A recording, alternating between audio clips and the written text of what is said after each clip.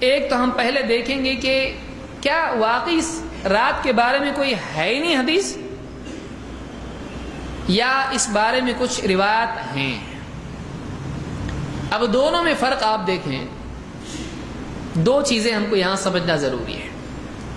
ایک تو یہ کہ اس رات کی فضیلت ہے یا نہیں، دو اس رات میں عمل کرنا ہے یا نہیں۔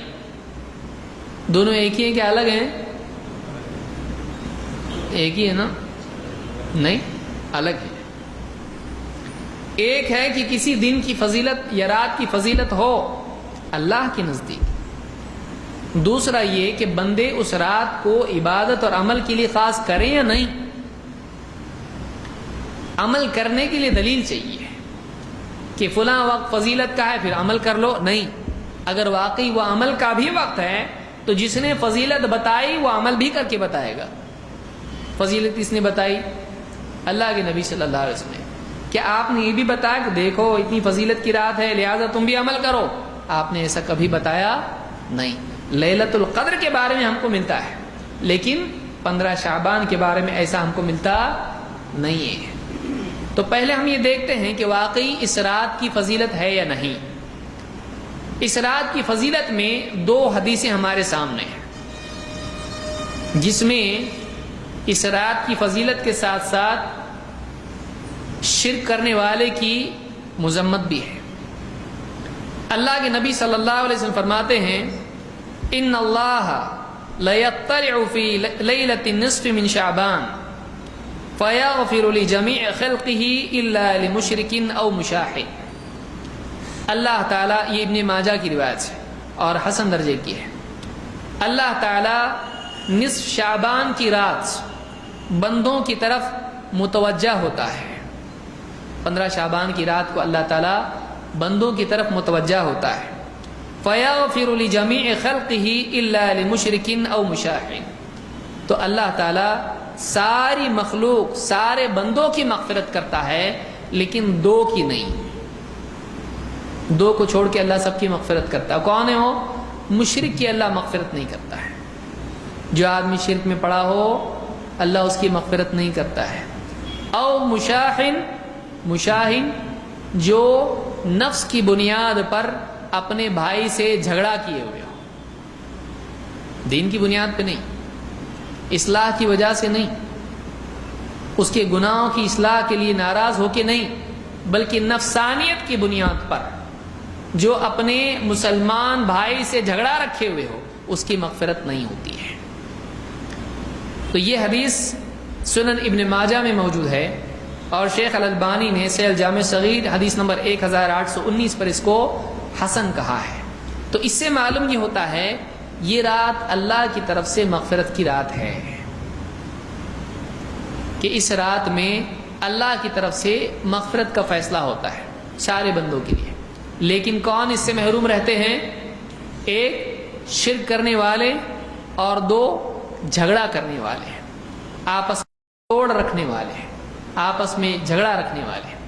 تو شرک اور جھگڑا یہ دو چیزیں ہیں جو اس رات میں آدمی کو مغفرت سے محروم رکھتی ہیں۔ آئیے اور حدیث ہم دیکھتے ہیں۔ نمبر 2، اللہ کے نبی صلی اللہ علیہ وسلم فرماتے ہیں اذا کان لیلۃ النصف من شعبان، جب 15 شعبان کی رات ہوتی ہے، اطلع اللہ الی خلقہ، اللہ تعالیٰ اپنی مخلوق، اپنے بندوں کی طرف متوجہ ہوتا ہے۔ فیغفر للمؤمنین ویملی للکافرین، اللہ تعالیٰ ایمان والوں کی مغفرت کرتا ہے اور کافروں کو ڈھیل دیتا ہے۔ ٹھیک ہے، ابھی نہیں اور توبہ کرو تو پھر مغفرت کریں گے، ابھی نہیں، ان کو موقع دیتا ہے کہ ان کو ڈھیل دی جاتی ہے، ٹھیک ہے تم کو موقع دیا جا رہا ہے، توبہ کرو گے تو مغفرت ہوگی۔ تو ایمان والوں کی مغفرت ہوتی ہے لیکن کافروں کو مہلت دی جاتی ہے۔ وَيَدْعُ أَهْلَ الْحِقْدِ بِحِقْدِهِمْ حَتَّى يَدْعُوا، اور آپس میں کینہ کپٹ جھگڑا رکھنے والوں کو چھوڑ دیا جاتا ہے یہاں تک کہ وہ اپنے جھگڑوں کو چھوڑ دیں۔ جھگڑا نہیں چھوڑتے مغفرت نہیں، جھگڑا چھوڑیں گے مغفرت ہوگی۔ تو اس رات میں اللہ کی طرف سے عمومی طور پر مغفرت کی جاتی ہے ایمان والے بندوں کی، لیکن اس سے کافر اور مشرک کیا رہتے ہیں؟ محروم رہتے ہیں، اور وہ لوگ بھی محروم رہتے ہیں جو آپس میں جھگڑے پالے ہوئے ہوں۔ بہت سارے لوگ کیا کرتے ہیں؟ جھگڑے پالتے ہیں، اور جھگڑے کا کیا کرتے ہیں؟ بچڑے کا بڑا بھینسا بناتے ہیں۔ جھگڑا ہے، کوئی دن آئے گا، ٹھہر ذرا، اس دن بدلہ لوں گا۔ کیا آپ کو ضرورت ہے؟ ایک آدمی کیوں اپنے دل میں کسی کے لیے کینہ کپٹ رکھے؟ ایک آدمی کیوں کسی کو اپنا دشمن بنائے رکھے؟ یا تو معافی مانگ لے یا تو معاف کر دے، یا تو کم سے کم صلح کر دے، ٹھیک ہے صلح تو ہو جائے۔ لیکن اگر آپس میں جھگڑا رکھے ہوئے ہیں تو پھر مغفرت نہیں ہوتی ہے، مغفرت نہیں ہوتی ہے۔ علماء نے اس میں تفصیل ذکر کی ہے کہ اس میں مراد وہ جھگڑے ہیں جو نفس کی بنیاد پر ہوں، لیکن اگر دینی جھگڑا ہے، مثلا کہ کوئی بدعتی ہے اور آدمی اس سے تعلق نہیں رکھتا ہے، یہ اس کی ضمن میں نہیں آتا ہے۔ کوئی گمراہ کرنے والا عالم ہے، اگر آدمی اس سے دور رہتا ہے اور اس سے تعلق نہیں رکھتا ہے، ایسا آدمی اس حدیث کے ضمن میں نہیں آتا ہے۔ اس میں وہ لوگ آتے ہیں جو مال دولت نفس کی بنیاد پر آپس میں جھگڑے کیے ہوئے ہوں، جو گمراہی سے بچنے کے لیے، گناہوں سے بچنے کے لیے، جیسے کوئی کسی کا دوست ہے، کوئی بھائی ہے شرابی ہے، اب اس کے تعلق رکھے گا تو پھر گناہ کی طرف ہی بلائے گا، تو ایسے آدمی سے دور رہے اگر، تو یہ حدیث اس کے لیے نہیں ہے۔ اسی لیے یہاں پر میں نے کہا کہ جو نفس کی بنیاد پر آپس میں جھگڑا رکھیں، ایسے لوگ اس حدیث میں شامل ہیں کہ ان کی مغفرت نہیں ہوتی ہے۔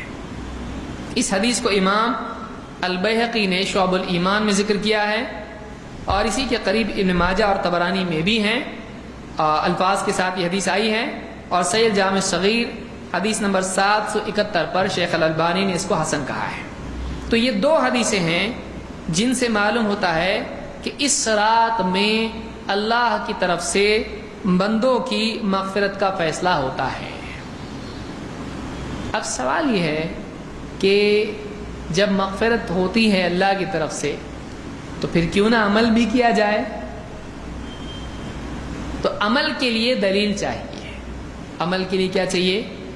دلیل چاہیے کہ ایک آدمی فلاں رات کو عبادت اور عمل کے لیے خاص کرے تو اس کے لیے یہ کافی نہیں ہے کہ اللہ مغفرت کا وعدہ اللہ کا ہے۔ اللہ کا یہاں پر عبادت کا حکم نہیں ہے۔ ہاں یہاں پر یہ ہے کہ کوئی آدمی شرک کر رہا ہے تو چھوڑ دے، کوئی آدمی آپس میں دشمنی رکھے ہوئے تو چھوڑ دے، لیکن یہ نہیں کہا گیا مغفرت کی جاتی ہے لہذا بندوں کو چاہیے کہ خوب دعا کریں، بندوں کو چاہیے کہ خوب نماز پڑھیں، یہاں یہ کچھ نہیں کہا گیا۔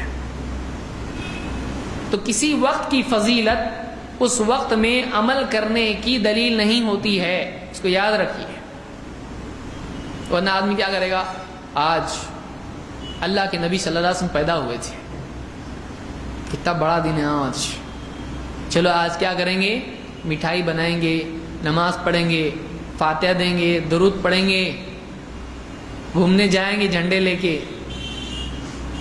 تو ایک آدمی فلاں دن اگر کوئی بڑا واقعہ ہوا ہے اور اس دن عبادت آدمی کرے، کوئی دلیل اس کی نہیں، اس کے لیے دلیل چاہیے۔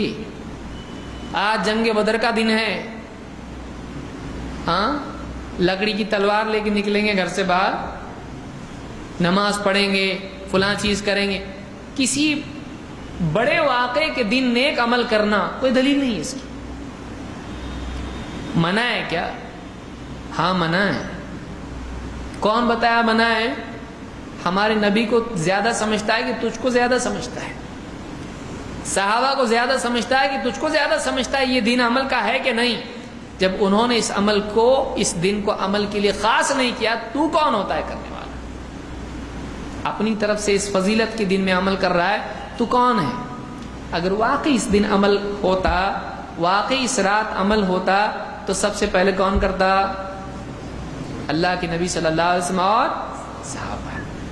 اس بارے میں کوئی فضیلت نہیں آ رہی۔ اس رات کو جاگو، اس رات میں دعا کرو، اس رات میں استغفار کرو، اس رات میں نماز پڑھو، اس رات میں قبرستان جاؤ، اس رات میں ہوٹل میں بیٹھو ہے. کتنے لوگ تو کیا کرتے ہیں اس رات کو ٹوٹل ٹائم ہوٹل میں. اور مسجدوں میں بھی سیٹنگ ایسی ہوتی ہے کہ کسی طرح رات جگ جائیں.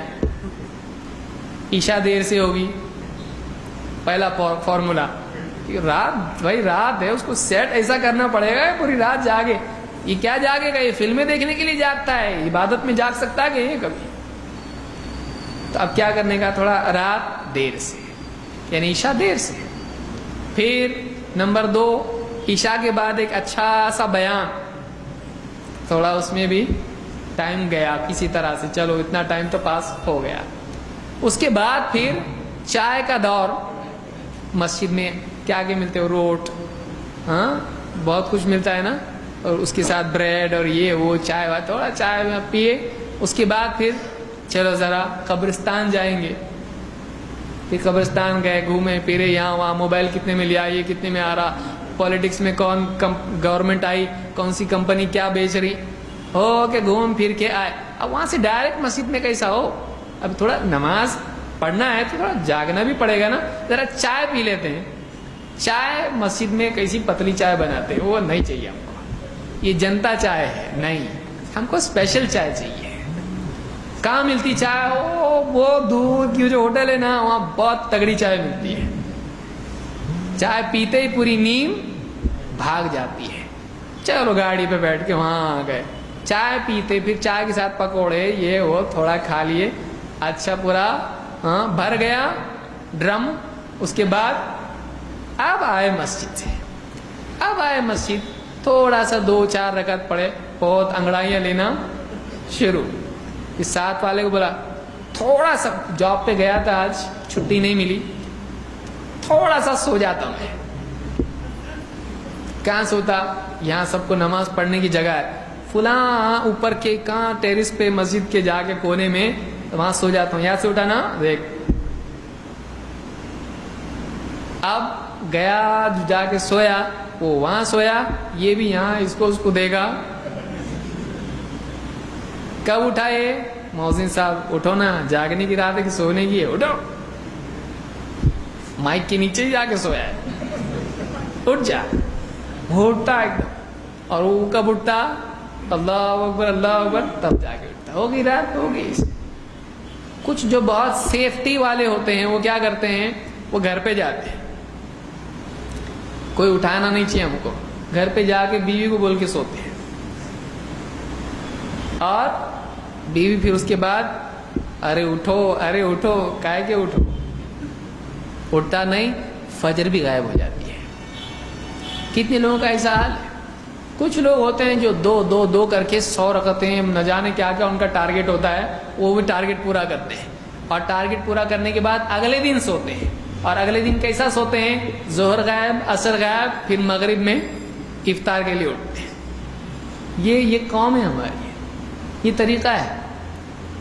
تو اس رات میں عبادت کا کوئی ثبوت نہیں ہے.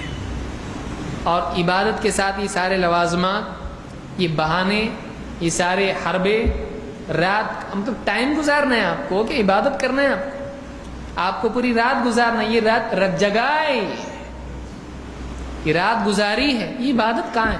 کتنے لوگ عبادت کرتے ہیں. غیر مسلم بھی سوچتے ہیں، بچے پورے گلیوں میں بھاگتے رہتے ہیں، بولے آج ان کی جاگنے کی رات ہے. جہاں وہاں گلیوں میں بھاگنے کی رات ہے، یہ جاگ رہے نہیں، جگا رہے سب. بچے بھی نکلتے، پوری ٹیم کی ٹیم نکلتی، پوری یہ گلی وہ گلی وہ گلی، کھیلتے پھرتے یہاں پہ. کیا ہے یہ؟ مسجدوں میں لائٹنگ ہو رہی ہے، قبرستان میں بھی روشنی، وہاں روشنی کر کے ان کو کیا ملنے والا ہے؟ اگر قبروں میں اندھیرا ہو تو باہر کی روشنی سے کیا فرق پڑتا ہے؟ آپ کا انٹرٹینمنٹ ہے وہ، آپ کا شوق ہے وہ. ان کے لیے دعا کرتے تو کچھ تو فرق پڑتا ہے. تو یہ سارے معاملات جو ہیں یہ اس رات میں ہوتے ہیں. ہم کو چاہیے کہ ہم نبی کریم صلی اللہ علیہ وسلم کو دیکھیں. کیا آپ صلی اللہ علیہ وسلم کی زندگی میں یہ سب چیزیں ملتی ہیں؟ نہیں ملتی ہم کو. آپ صلی اللہ علیہ وسلم روزانہ عبادت کرتے تھے، کوئی ایک رات خاص کر کے اس رات کو عبادت کریں، باقی راتیں سوتے رہیں، نعوذ باللہ. آپ روزانہ عبادت کرتے تھے، صحابہ روزانہ عبادت کرتے تھے. سال میں ایک رات جاگ کے ہم اللہ کے ہاں، اللہ میں نے بہت بڑا احسان کیا دین کے اوپر. باقی دنوں میں فرض غائب ہے، فجر نہیں، ظہر نہیں، عصر نہیں، مغرب نہیں، عشاء نہیں. ہاں جمعہ ہے نا، مطلب ایک سرا پکڑا ہوا ہے اسلام کا. جمعہ کو جمعہ آتا ہوں میں، عید کو تو کنفرم دے گا، پورا فیملی کے ساتھ آتا ہوں میں، نئے کپڑے پہن کے دلہا بن کے آتا ہوں. یہ ہمارا طرز بن چکا ہے. فلاں وقت میں فلاں وقت میں فلاں وقت میں عمل کرنے کو ہم نے دین سمجھ لیا ہے. دین دائمی ہے. وَلَا تَمُوتُنَّ إِلَّا وَأَنْتُمْ مُسْلِمُونَ. اللہ نے کہا تم کو موت آئے تو اسلام کی حالت میں آنا چاہیے، یعنی کبھی بھی موت آئے تو تم مسلمان رہنا چاہیے.